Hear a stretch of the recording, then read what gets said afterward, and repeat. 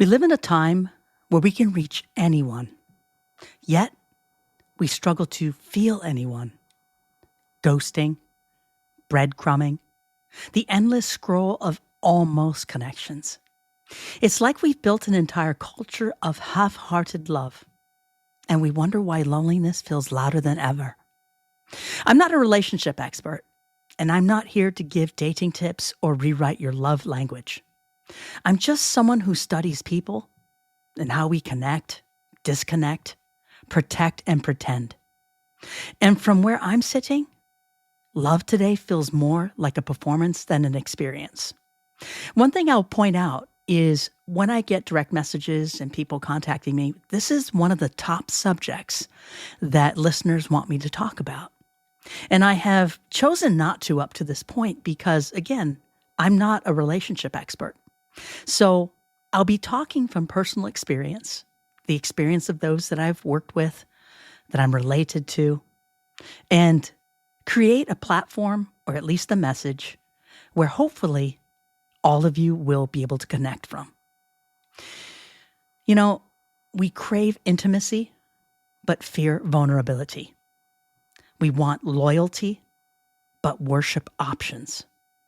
We want to be seen, but not if it means being known. Somewhere along the way, trust became too expensive, and pretending became cheap. We ghost to avoid guilt. Many hook up to avoid hurt. We scroll to avoid silence. But the cost is adding up. Because the very thing we're trying to avoid, being alone, is exactly what all of this connection keeps guaranteeing. Maybe love hasn't failed us. Maybe we stopped showing up for love. Maybe the disillusionment isn't that love isn't real anymore, but that we've traded real love for digital connection, attention, depth for dopamine, and effort for ease. This episode isn't about blaming anyone. It's about asking the harder question. What happens when the way we love starts to mirror the way we consume? Quick, disposable, and even emotionally disconnected. Because if we can't slow down enough to feel love deeply, we'll keep mistaking intensity for intimacy and attention for affection. Thank you for choosing to going on this journey with me. Let's talk about it. Are you ready? I am. I'm Jonah. I'm your person. Let's get to it.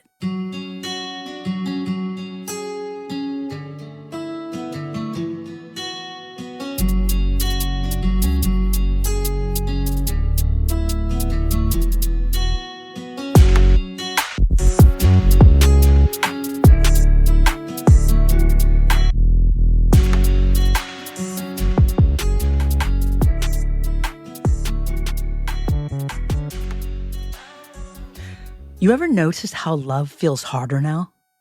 Like everyone's half here, one foot in, one eye on their phone, one heart somewhere else. We don't even break up anymore. We just fade out. We don't talk things through. We just disappear. We're so afraid of being hurt that we've stopped being real. And yet, we crave it. Real connection, real honesty, real love. But we keep chasing what's easy, not what's true. Maybe we're not heartbroken. Maybe we're just disconnected from the parts of us that still believe that love is worth fighting for. Because love didn't get colder, we did.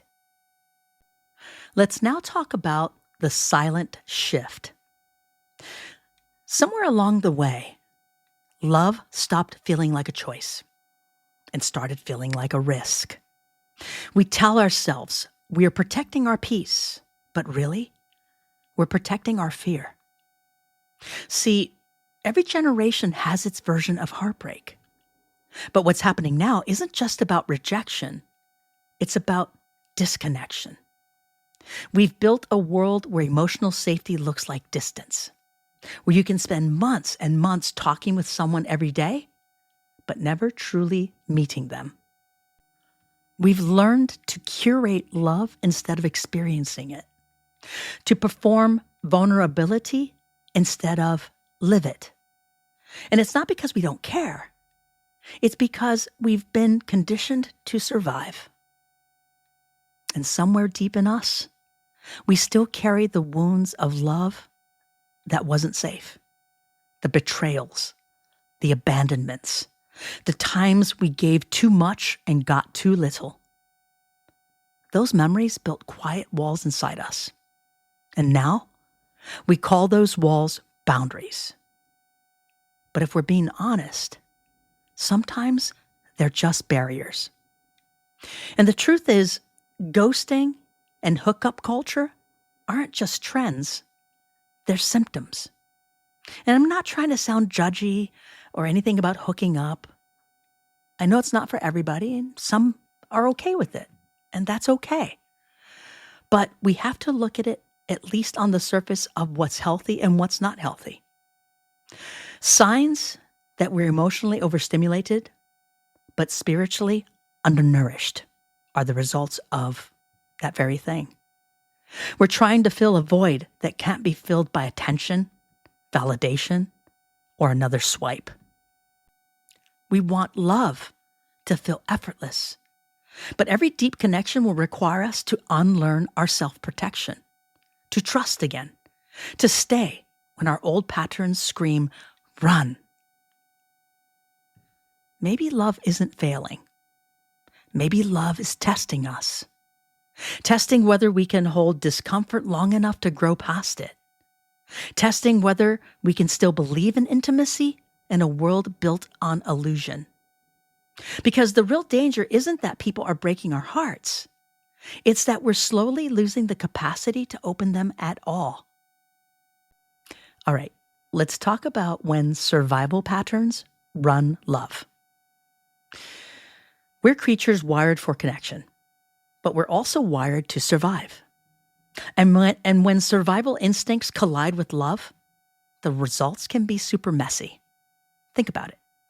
Every time we feel threatened by rejection, embarrassment, or heartbreak, our survival brain kicks in. It doesn't ask, what do I really need from this? Or what do I need here? It just protects us. Pull away, close down, stay safe. In relationships, that instinct shows up in ways we barely notice. Ghosting, withholding, half-hearted communication. Even a constant scroll through social media while someone sits next to us. The patterns are subtle, but they erode intimacy like invisible termites. Hookup culture amplifies this. It teaches our survival wiring to crave the temporary fix over the real thing, to seek the thrill of connection without risking the pain. We get dopamine hits, fleeting validation. But the part of us that craves depth, that part that knows trust, loyalty, and vulnerability are the real currency of love, stays locked away. And oh my God, loneliness? That's the kicker. Even with hundreds of notifications, messages, and interactions every day, we feel more isolated than ever. Because the connections we have are shallow. They fill time, not hearts. They scratch the itch of loneliness, but never soothe it. The paradox is brutal. We've engineered a world of constant connection, but it's also a world that trains us not to connect in the ways that truly matter. Every swipe, every ghosted text, every casual encounter, it reinforces the same survival patterns that keep real intimacy out of reach. And somewhere deep inside, we sense it. That we're capable of more. That love could be more. That we deserve more. But recognizing it doesn't automatically undo years of instinctual self-protection.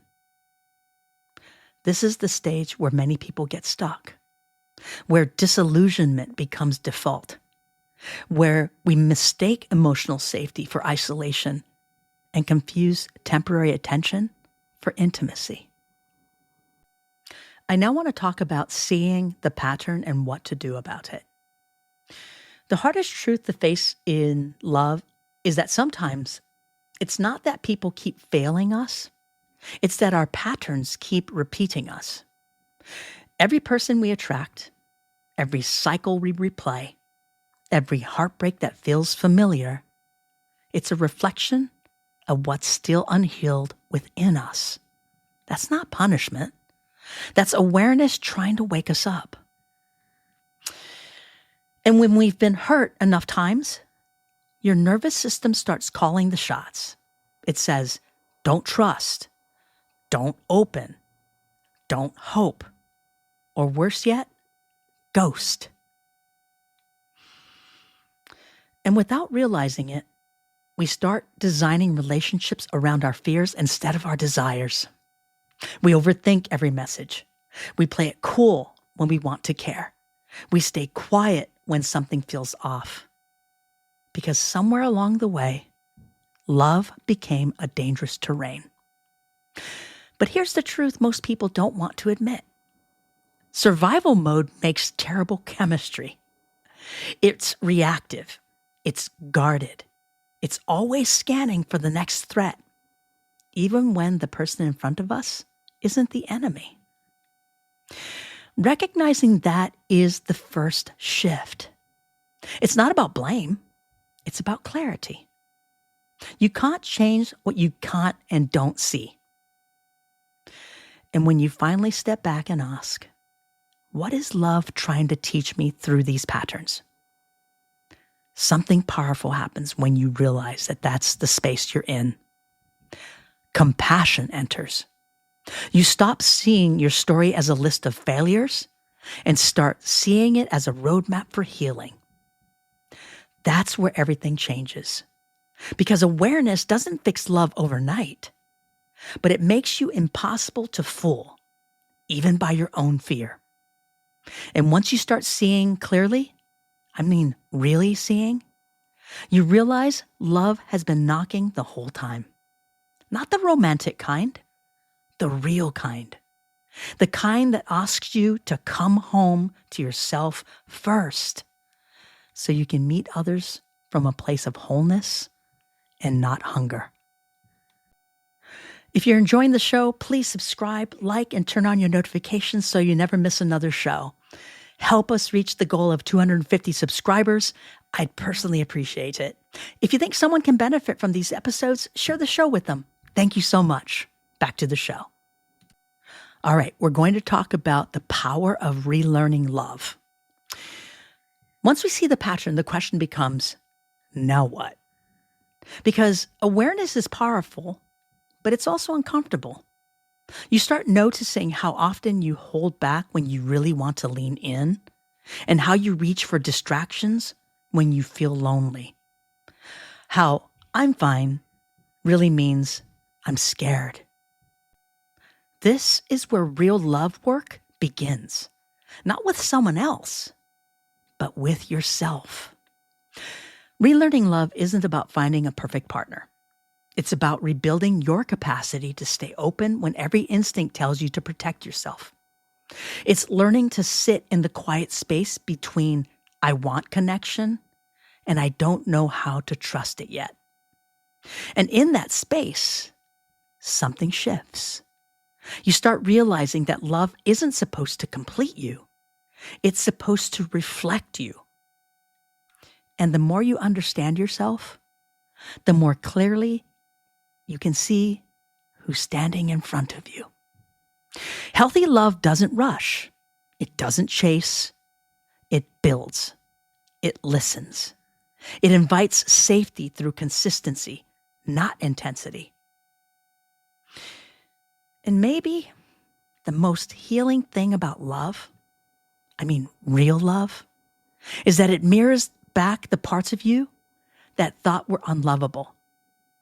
You start to be able to consume more of you're worthy, you deserve it, instead of always thinking about the unlovable part.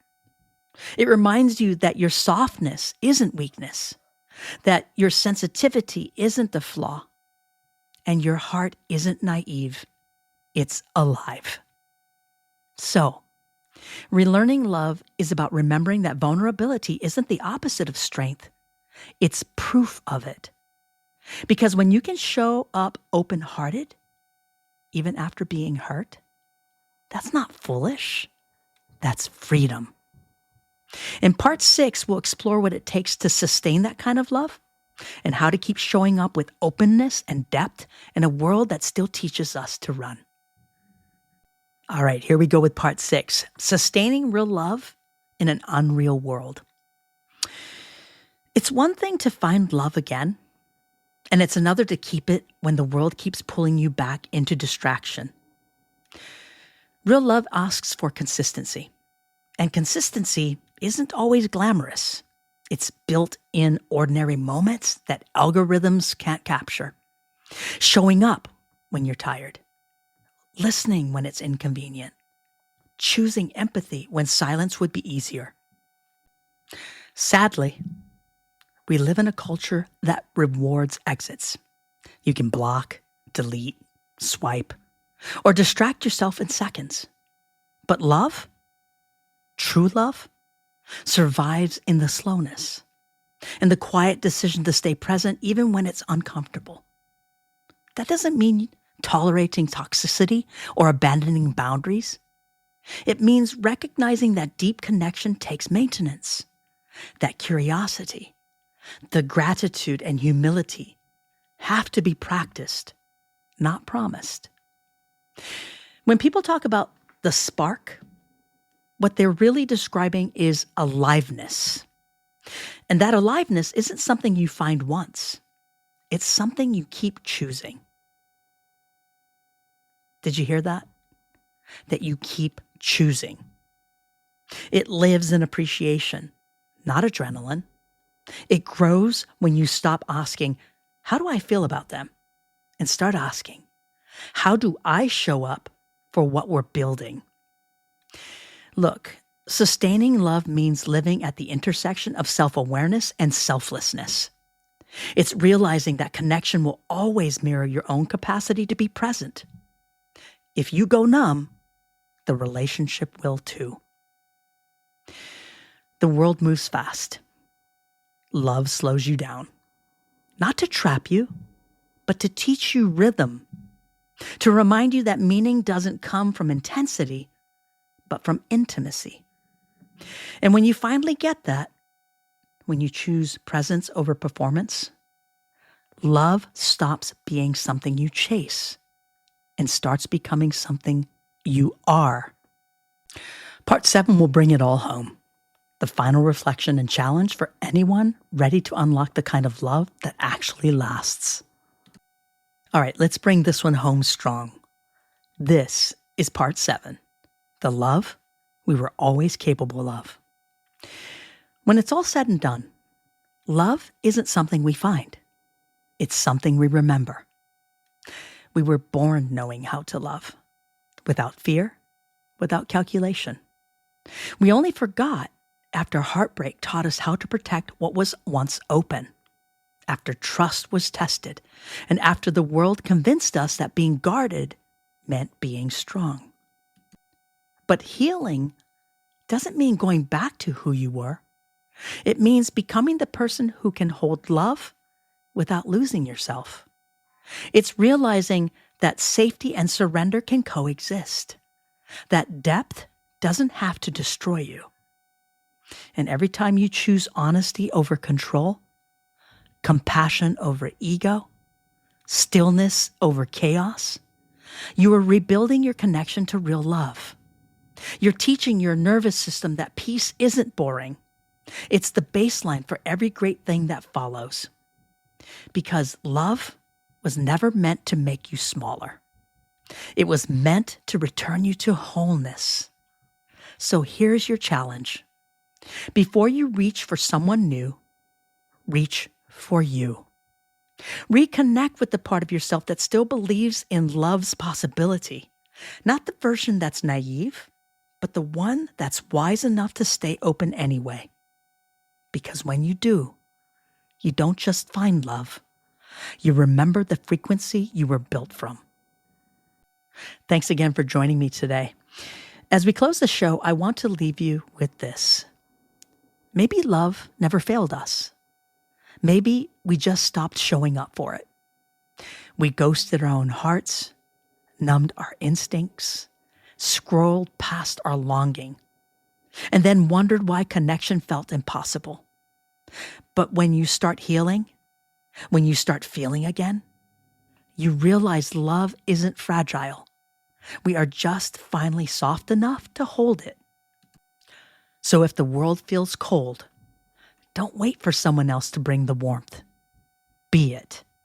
Because real love, the kind that lasts, doesn't ask you to chase. It asks you to remember who you are. Thanks again for choosing to go on this journey with me. I hope you enjoyed this episode of Challenge Accepted with Jonah C. If you'd like to hear more of this type of content and these topics of relationships and such, please hit me up on my socials and let me know. Here's the thing. When times get tough, remember that you are capable and powerful enough to choose a challenge-accepted mindset. And with that, thanks again for joining. Thanks for listening, and have a great week.